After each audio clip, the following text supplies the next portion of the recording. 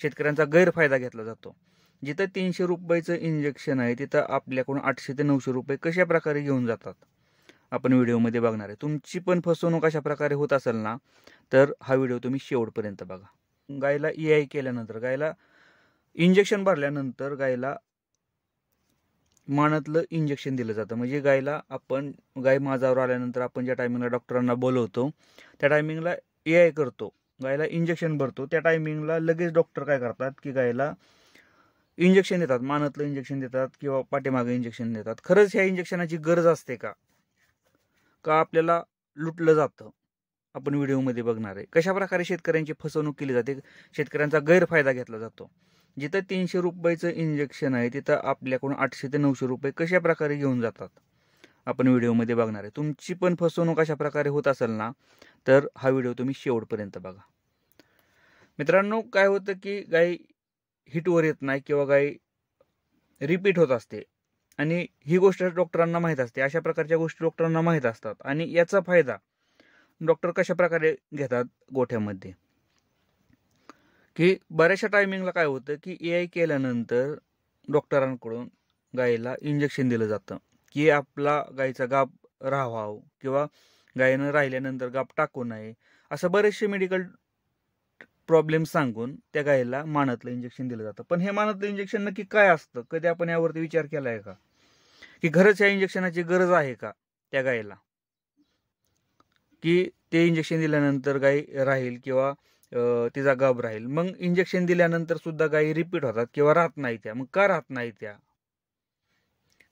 यावरती आपण त्या डॉक्टरांना कधी विचारतच नाही की बाबा इंजेक्शन दिलं होतं पाठीमागच्या वेळेला 400-500 रुपये तुम्ही एक्स्ट्रा घेतले होते इंजेक्शनाचे, पण गाय राहिली नाही किंवा गाय रिपीट झाली।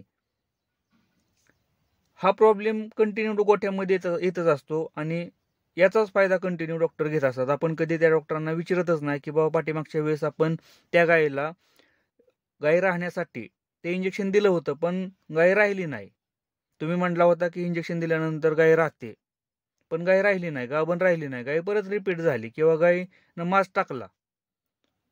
मग त्या इंजेक्शनाचा फायदा काय आहे? काय फायदा आहे की बाबा आपण त्या डोळं झाकून त्या डॉक्टरांवरती विश्वास ठेवतो की 400-500 रुपये एक्स्ट्रा देतो की गाय गाभण राहावं म्हणून, पण ती गाय राहत नाही। कारण मित्रांनो, त्या इंजेक्शनाचा फायदाच नसतो। कोणतं इंजेक्शन असतं, एकतर बरेचसे डॉक्टर मल्टीव्हिटॅमिन, फॉस्फरस किंवा इतर वेगळी इंजेक्शन ज्याची गरजच नसते अशा प्रकारची इंजेक्शन त्या गायीला देतात की जिथं गरजच नाही। 20-25 रुपयाचं ते इंजेक्शन 4-5 ml द्यायचं आणि गरज नसताना त्या इंजेक्शनाचा वापर केला जातो।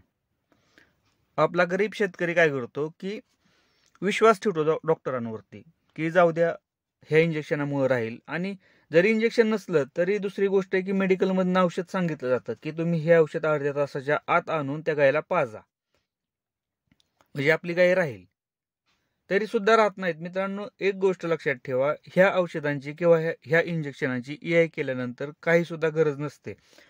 कितीही डॉक्टर ओरडले किंवा किती जरी काय म्हटले तरी तुम्ही इंजेक्शन मारून देऊ नका गायीला, कारण त्या इंजेक्शनाचा खरंच फायदा नसतो। EI केल्यानंतर गायी राहत नाही, तर साधारणतः 20-25 रुपयाचं फॉस्फरस किंवा मल्टीव्हिटॅमिनच्या इंजेक्शनानं गायी राहत नाही। मित्रांनो, ही गोष्ट तुम्ही लक्षात असू द्या।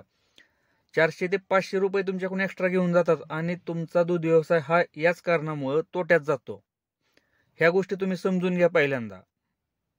मित्रांनो, व्हिडिओ जर आवडला तर लाईक करा, चॅनलवरती नवीन असेल तर चॅनलला सबस्क्राईब करायला विसरू नका। धन्यवाद।